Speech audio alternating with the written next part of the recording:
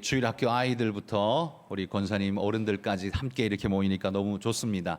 한 주간 동안 여러분 세상에서 수고 많이 하셨는데 오늘 이 밤에 하나님께서 성령의 은혜로 위로를 부어주시기를 소망합니다. 오늘 말씀에 보면 오늘 본문은요, 다윗이 블레셋 왕들과 함께 전장에 출전하러 나갔다가 퇴짜를 맞고 쟤는 안 됩니다.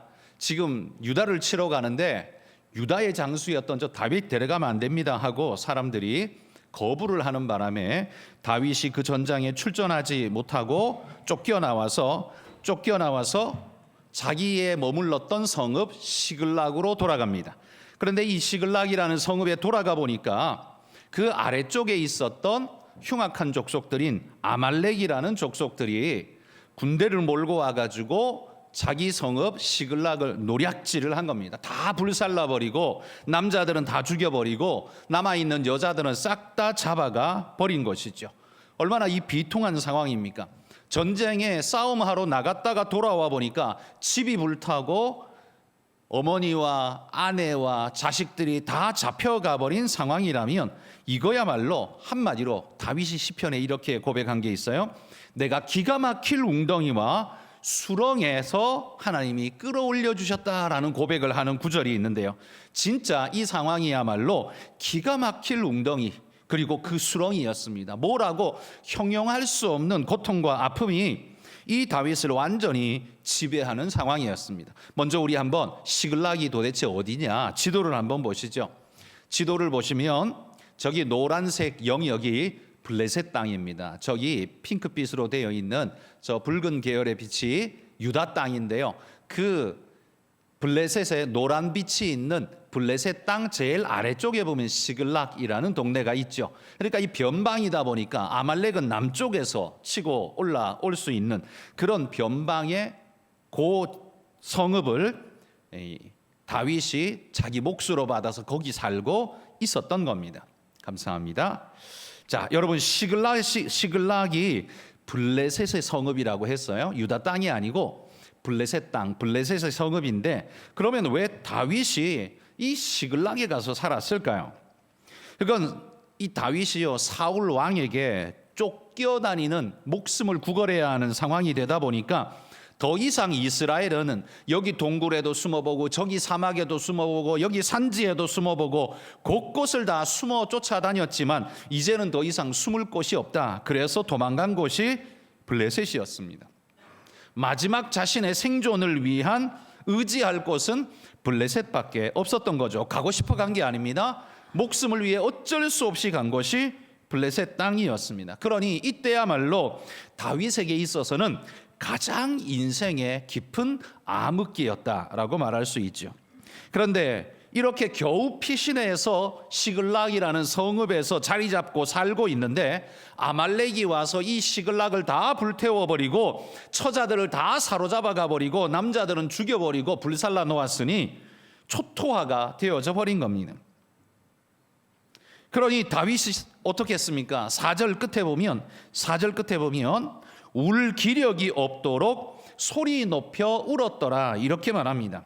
다윗과 그의 백성들이 그의 군사의 싸움으로 나갔던 이 사람들이 다윗과 함께 돌아와 보니까요, 이 끔찍한 상황이 펼쳐져 있길래 울 기력이 없도록 울었대요. 이게 무슨 소리겠습니까? 하도 울어가지고요 더 이상 눈물도 안 나고 이제는 기력이 진해서 아무것도 울어도 눈물도 안 나는 그런 완전 탈진한 상태였다는 거예요. 우리말에 기진하다라는 말이 있잖아요. 기진하다, 기가 말라 진하여졌다는 거죠. 말라버렸다는 겁니다. 그러니까 기가 말라버리면 어떻게 됩니까? 사람이 우리가 일명 비슷하게 말하자면 거의 멍 때리는 수준이 된 거죠. 정신이 나가가지고 멍하니 눈은 뜨고 있는데 정신은 사라져버린 상태, 거의 뭐 이런 상태였다라는 겁니다. 이곳마저 이제 이 시글락마저 무너진다면 다윗은요 갈 데가 없는 겁니다. 거처할 곳이 없는 거예요. 아마 이런 상황이면 다윗은 이런 생각을 했을 거예요. 모든 세상의 모든 사람들이 다 나를 거부하는구나. 내가 머물고 내가 내 머리를 편안히 누일 곳이 세상에는 단 한 곳도 없구나. 여러분 이 정도 되면요 사람은 거의 자살할 상황이 되는 겁니다. 왜? 모두가 나를 거부하고 모두가 나를 반대하고 내가 머물 곳을 그 누구도 허락해 주지 않는다면 사람은 절망할 수밖에 없는 거예요. 근데 게다가 6절에 보시면요, 그가 통치했던 이 시글락의 성민들이 이 사건으로 인해서 다윗에게 분노를 쏟아내게 됩니다.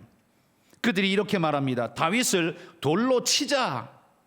그러면서 돌을 들고 다윗에게로 나아오는 모습을 한번 생각해 보십시오. 아마 그들은 씩씩대면서 분노하면서 이렇게 말했을 겁니다. 저 이스라엘 놈이 우리 블레셋에 와서 사는 것부터가 재수 없었어. 저놈 때문에 이런 일이 일어날 줄 알았어. 저놈을 당장 처치하고 없애버려야 돼. 아마 이런 독기설인 마음으로 사람들이 돌을 들고 다윗에게로 모여들고 있었다는 거죠. 여러분, 다윗이 얼마나 두려웠을까요? 도망갈 곳도 없는데 지금 자기 성민들이 돌을 들고 자기를 치려 하니 이 얼마나 끔찍한 상황입니까? 미국의 한 목사님이 인생이 경험하는 인생의 수렁, 그러니까 어려움에 빠지게 되는 수렁, 인생에는 그런 세 가지의 수렁이 있다라고 말합니다. 이 세 가지의 수렁이 있는데 첫 번째 수렁은 뭐냐면 내가 뛰어든 수렁, 내가 의도적으로 내가 좋든 싫든 계획하고 내가 들어간 자의의 수렁이 있습니다. 두 번째는요, 내가 들어가긴 했는데 이거 내가 가고 싶어 간 게 아니라 실수로 빠져버린 수렁. 가고 싶어 한 게 아니에요. 실수로 빠져버린 인생의 수렁이 있고, 세 번째는 나는 가고 싶지도 않고 나는 계획도 안 했는데 누가 나를 떠밀어서 집어 던져버려서 내가 빠지게 된 인생의 수렁. 이렇게 인생에는 세 가지의 수렁이 있다라고 말합니다. 여러분, 다윗은 지금 인생의 어떤 수렁에, 몇 번째 수렁에 빠진 걸까요? 자기가 원해서 이런 상황에 처하고 싶었겠습니까? 아니죠. 세 번째 상황에 빠진 겁니다. 사울 왕에 의해서 내던져지고 등 떠밀려져서 여기에 이렇게 버림받은 듯 나뒹굴고 있는 그의 인생은 내가 원치 않았지만 내던져진 그런 수렁의 상황이었습니다. 여러분, 혹시 여러분, 이 자리에 계신 여러분 중에 이 불타고 거처의 마지막 거처까지 불타버리고 여기에서조차 더 이상 살 수 없는 인생의 깊은 웅덩이로 표현할 수 있는 이런 시글락의 상황에 머무시는 분이 혹시 여러분 계십니까? 돈이 없어서 큰 고통에 빠진 이런 시글락에 내던져진 분이 계십니까? 잘못한 것도 없는데 사람들의 미움과 시기를 받으며 시글락에 내던져진 여러분, 그런 분 혹시 계십니까? 나는 열심히 살았고 열심히 노력했는데 결과는 전혀 엉뚱한 결과가 나타나서 고통에 떨고 있는 그런 시글락에 빠져 있는 분이 혹시 계십니까? 그렇다면 여러분은요, 오늘 다윗과 지금 동기동창이 된 겁니다. 다윗도 지금 그런 상황이라는 거예요. 여러분, 우리가 알다시피 다윗은 불법한 범죄로 인해서 지금 사울에게 쫓겨다니는 게 아닙니다. 사울에 대해 불충을 저지르거나 반역, 역적 모의를 해가지고 이런 일을 당한 게 아닙니다. 우리가 아는 한 다윗은요, 이런 일을 당할 만한 잘못을 전혀 저지르지 않았습니다. 한마디로 지금 이 상황은요, 다윗에게 억울함 그 자체라는 말이죠. 내가 다윗이었다면 아마 이런 정도의 코너에 몰리면 그냥 어차피 죽을 거 칼 뽑아 들고 사울에게 가서 그냥 사울의 목이라도 베고 죽겠다, 이런 심정으로 아마 사울을 찾아갔을 것 같아요. 그런데 여러분, 다윗은 이 시글락에서, 인생의 수렁에서 어떻게 살았습니까? 다윗이 이 인생의 마지막 코너의 상황, 시글락에서 그는 어떻게 살았을까요? 저는 다윗의 이 모습을 보며 직접적으로 말해주지 않지만 간접적으로 다윗의 이 웅덩이의 삶, 수렁에 빠진 삶에서 세 가지의 모습을 봅니다. 첫 번째, 블레셋에서 이 다윗의 삶은 한마디로 성실하게 산 삶이었다라고 말해줄 수 있을 것 같습니다. 어디 성실했냐? 다 내용이 나오진 않지만 여러분 생각해 보십시오. 블레셋 왕 아기스가 다윗을 철저하게 믿으려는 모습이, 노력이요, 엄청 나타납니다. 그러니까 애써서 믿으려고 하는 게 아니라 믿고 있는 모습을 자기 백성에게 보여주고 그들을 설득시키려고 하는 모습이 이 성경에 보면 자주 등장해요. 아기스가 블레셋 왕임에도 불구하고 다윗을 왜 이렇게 믿으려고 믿고 있고 또 이 믿어주려고 애를 쓰는 걸까요? 유다 사람인데요. 제가 생각할 때는요, 이 다윗이 이 시글락에 와서 이 블레셋 왕 앞에서 얼마나 성실하게 정직하게 살았으면 이 블레셋의 왕조차도 저런 사람이라면 내가 믿을 수 있다, 저런 성실함이라면 내가 정말 저 사람을 내 수하로 두고 싶다, 이런 마음이 간절했기 때문에 아기스는 다윗을 붙잡고 다윗을 중용해 쓰려고 무던히도 애를 썼던 것이겠죠.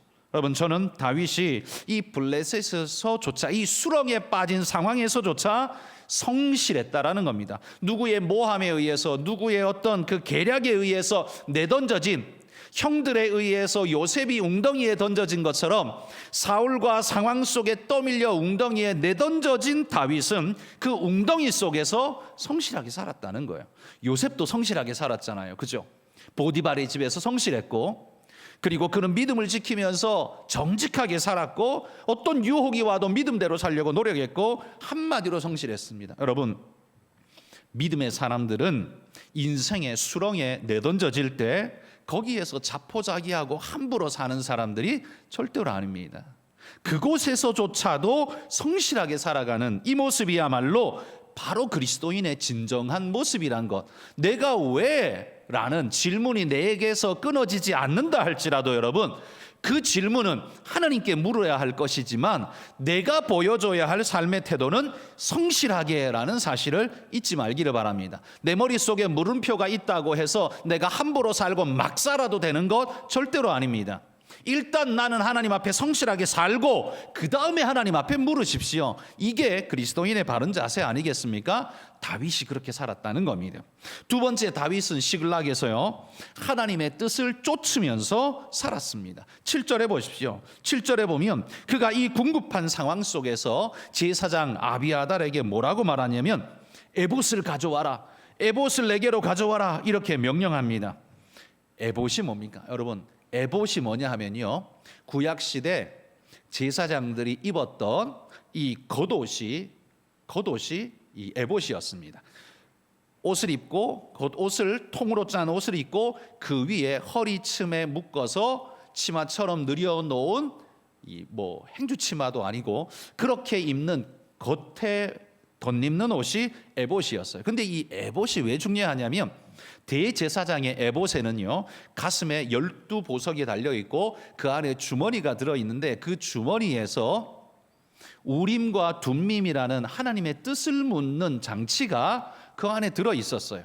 그래서 하나님의 뜻을 물을 때 대제사장이 하나님 앞에 나와 뜻을 물을 때 그 우림과 둠밈으로 하나님의 뜻을 묻곤 했습니다. 그러니까 대제사장의 에봇은 뭘 의미하냐면 하나님의 뜻을 의미하는 겁니다. 다윗이 이 상황 속에서 에봇을 가져오라고 말하는 건 왜 가져오라고 그럴까요? 하나님께 내가 물어가겠다는 소리예요. 이 궁급한 상황에 하나님께 물어보겠다는 겁니다. 이런 상황에 내가 어떻게 해야 하는지 하나님께 물어가겠습니다. 어떻게 해요? 우리 같으면 어떻습니까? 일단 도망부터 가자 하고 도망가고 난 다음에 생각할 텐데, 다윗은 그 상황 속에서도 제일 먼저 뭘 하고 있냐면 하나님의 뜻부터 묻자. 이게 다윗의 모습이었다는 겁니다. 늘 하나님의 말씀을 쫓으려고 하는 게 다윗의 삶이었다.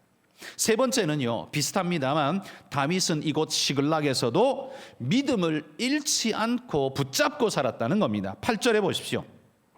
8절에 보면 다윗이 여호와께 묻자와 이르되, 이렇게 물었어요. 그리고 9절에 이에 다윗과 또 그와 함께한 600명이 이렇게 말합니다. 8절에서는 물었고 9절에서는 이에라고 대답하는데, 이에가 뭐예요? 하나님께 물었더니 이렇게 대답했어요. 그래서 그 말씀대로 말씀 듣고 이제 그가 움직이는 게 이에라는 말이죠. 그러니까 다윗은 하나님이 말씀하시니 이제 이에 반응하며 그대로 순종하여 행했다라는 이야기가 8절과 9절의 내용입니다. 여러분, 우리 인생이 삶의 수렁에 빠지면 믿음대로 살기가 좋을까요? 어려울까요? 어떻습니까? 여러분, 인생의 어려움에 빠지면 여러분 기도부터 하지 않나요? 우리 금요기도에 나올 정도의 우리 신앙인들이면 아마 그거부터 할 것 같아요. 어려움에 빠지면 기도하시죠. 그러면 어려움은 나로 하여금 신앙하게 더 좋게 만드는 요소 아닐까요? 그런데요, 인생이 희한하게도 웬만한 어려움은요, 방금 이야기한 것처럼 우리의 신앙을 격려해주고 오히려 촉발시켜주는 역할을 합니다. 그런데 이 어려움이요, 세게 오면 그때부터 우리는 뭐라고 하나님께 합니까? 하나님께 기도하는 게 아니라 하나님께 원망을 하고, 내가 뭘 잘못했습니까? 내가 하나님께 예배를 안 드렸습니까? 내가 봉사를 안 했습니까? 내가 하나님께 뭐 했다고 이렇게 내 인생을 이렇게 수렁에다가 처박으시는 겁니까? 하면서 분노를 폭발합니다. 그게 우리의 모습이라는 겁니다. 그러니까 내가 이겨낼 수 있는 적당한 어려움이 올 때는 기도해요. 그런데 정작 내가 감당하기 힘든 어려움이 오면 어떻게 해요? 기도해야 되는데, 그때 더 기도해야 되는데, 그게 아니라 우리는 더 분노하고 믿음을 오히려 내팽개치는 일들이 더 많이 일어나더라는 겁니다.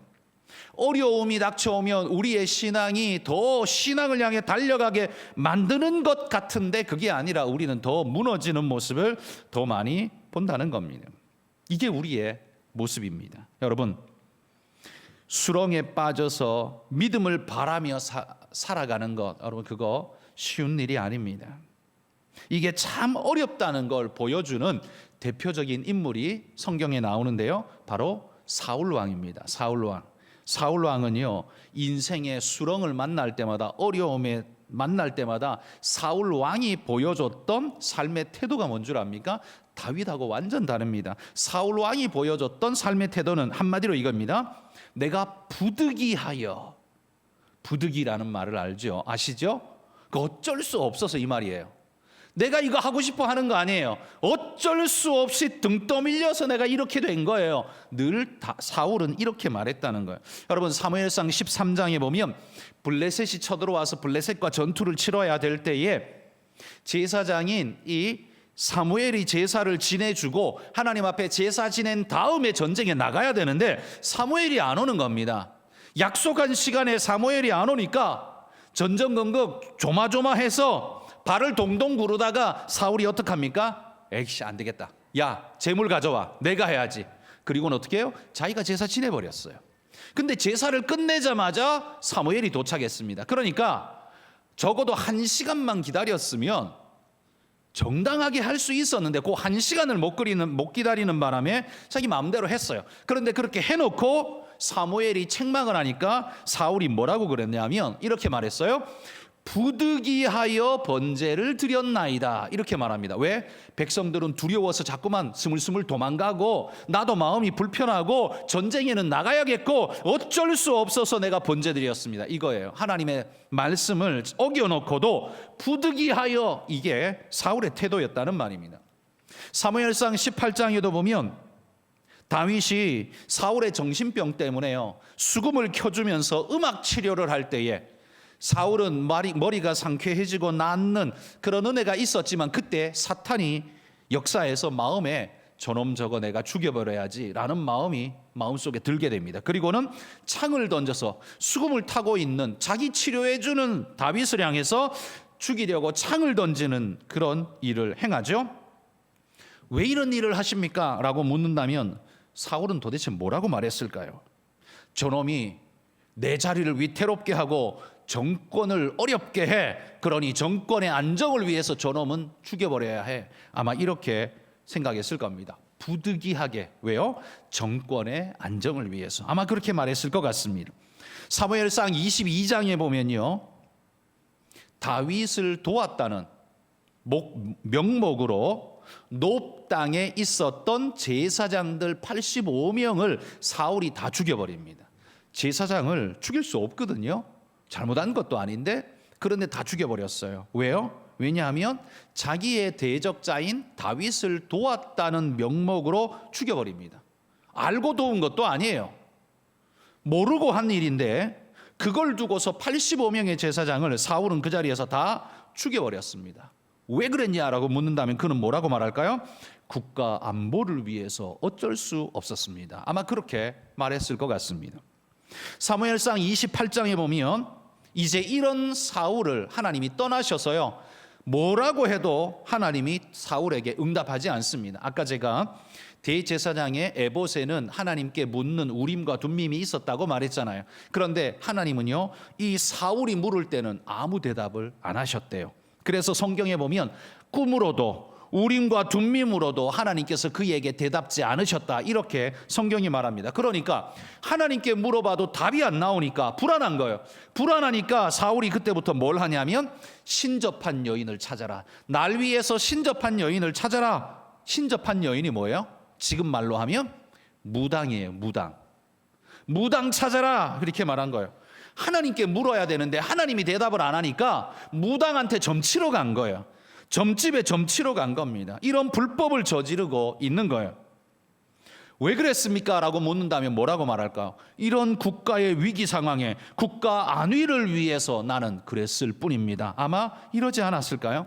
여러분, 제가 몇 구절 사무엘상 13장, 18장, 22장, 28장 사울이 위기 상황을 만날 때마다 뭘 했는지 말씀드렸습니다. 뭘 했습니까? 어쩔 수 없어서, 위기 상황이니까 어쩔 수 없어서 그렇게 핑계대면서 결국 뭐예요? 자기 하고 싶은 대로 다 해버렸습니다. 여러분, 사울 왕이 자신의 인생 수렁에서, 한마디로 자신의 시글락에서 사울이 보여준 모습은 뭐였냐 하면 하나같이 부득이하여 어쩔 수 없었습니다.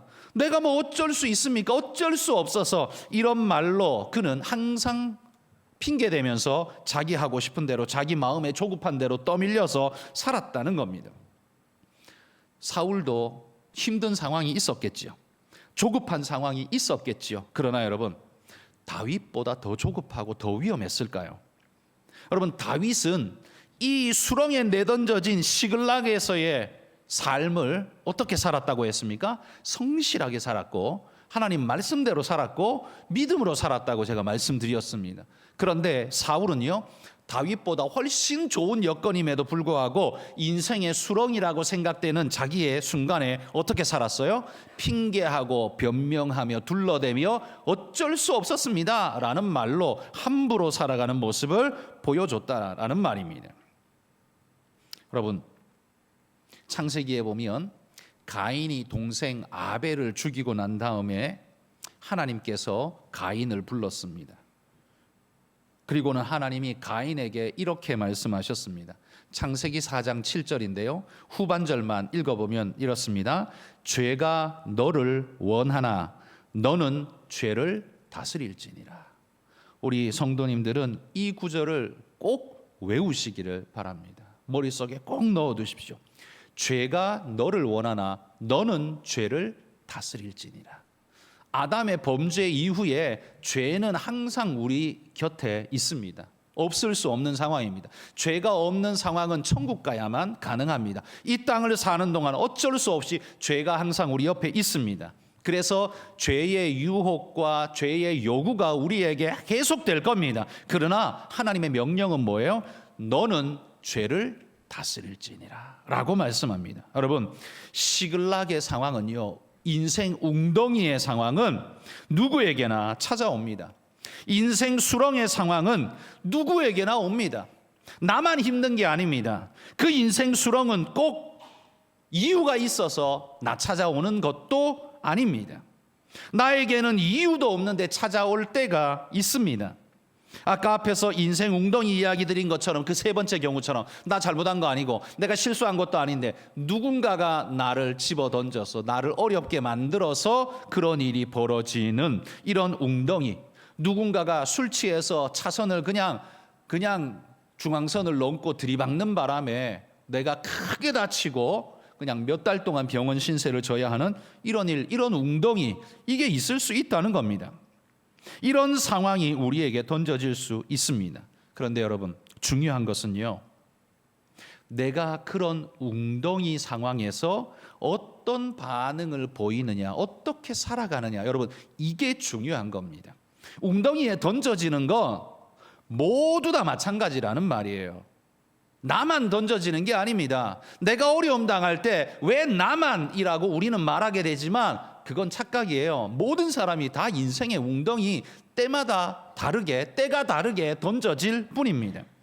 그러나 중요한 건 모두가 다 웅덩이에 던져진다면 그 다음에 기준선은 뭐냐면 그 웅덩이 상황에서 나는 어떻게 하는가, 이게 이제 중요한 거라는 말입니다. 여러분, 하나님께서 가인에게 말씀하셨습니다.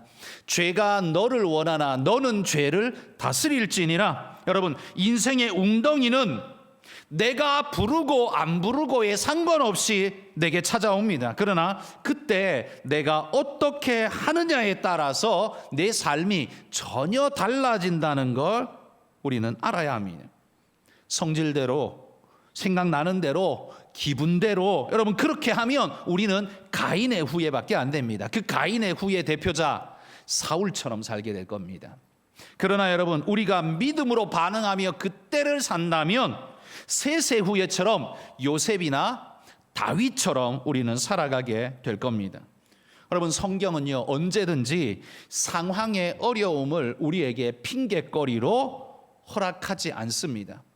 이렇기 때문에 이렇지 않습니까? 라는 말에 하나님은 아이고 네가 그래서 그랬구나, 아이고 안 됐다 하지 않는다는 겁니다.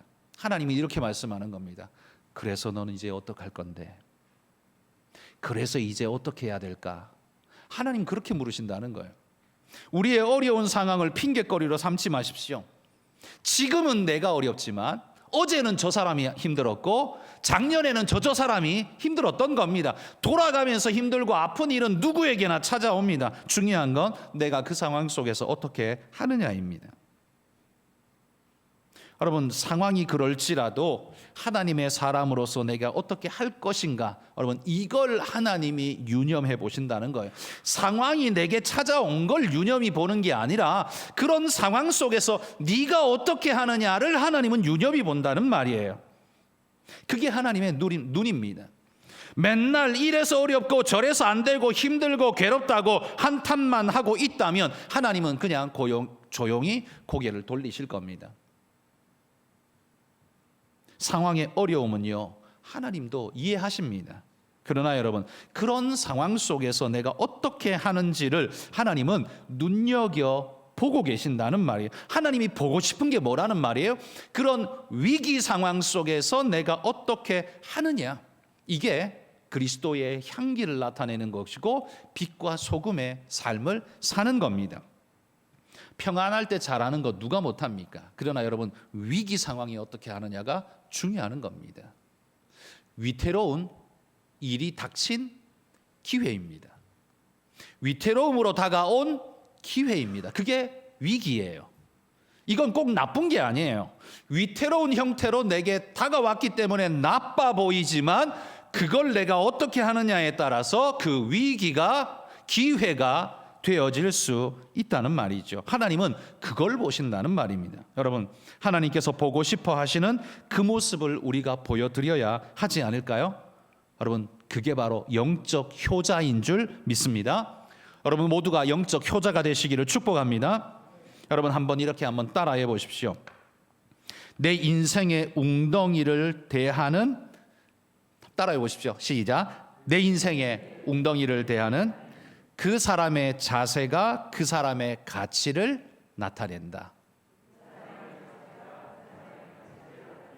예, 여러분의 시글락의 상황에서 보여주는 여러분의 삶의 자세와 태도가 그게 여러분의 가치라는 말입니다. 여러분의 재산이 얼마가 있고 여러분의 직급이 뭐고 사장이든 부장이든 과장이든 뭐고 그게 여러분의 가치를 말하는 게 아니라요, 여러분의 인생 웅덩이에서 보여주는 여러분의 자세가 여러분의 가치를 나타내 준다는 말입니다. 여러분, 그러므로 여러분 인생의 어려움을 만날 때 변명으로 일관한 그런, 찌질이 같은 모습으로 살아가지 맙시다. 힘들어서 조금 투덜할 수는 있습니다. 힘들다라고 말할 수 있습니다. 어려워서 눈물을 흘릴 수도 있습니다. 그러나 여러분, 거기에 내 모든 변명을 쏟아내고 핑계대지 맙시다. 죽으면 죽으리라는 그 각오를 가지고서 하나님 앞에 섰던 에스더처럼 여러분 그런 믿음의 모습으로 하나님 앞에 우리가 설 수 있기를 소망합니다. 어려움의 상황, 내 인생의 시글락이 다가왔을 때 나는 어떤 모습을 보이며 어떻게 살아야 할까요? 여러분, 힘들게 살아온 여러분의 인생, 이번 주간도 저는 모르지만 여러분이 직장에서 많이 마음고생하고 몸고생하고 힘들어했던 그 어떤 일들이 있으실 수 있을 겁니다. 그러나 그 상황 속에서 내가 어떻게 살았는가를 돌아보십시오. 요셉처럼 살았나? 다윗처럼 살았나? 아니면 늘 핑계대면서 부득이 어쩔 수 없었습니다. 핑계대던 사울처럼 살았나? 여러분 한번 돌아보면서 우리 인생이 그런 위기의 상황에서 보여주는 것이 그게 바로 하나님의 시험의 시간이다라고 깨닫고 믿음으로 바르게 끝까지 믿음으로 바르게 살아가시는 우리 성도님들이 다 되실 수 있기를 주의 이름으로 축복합니다.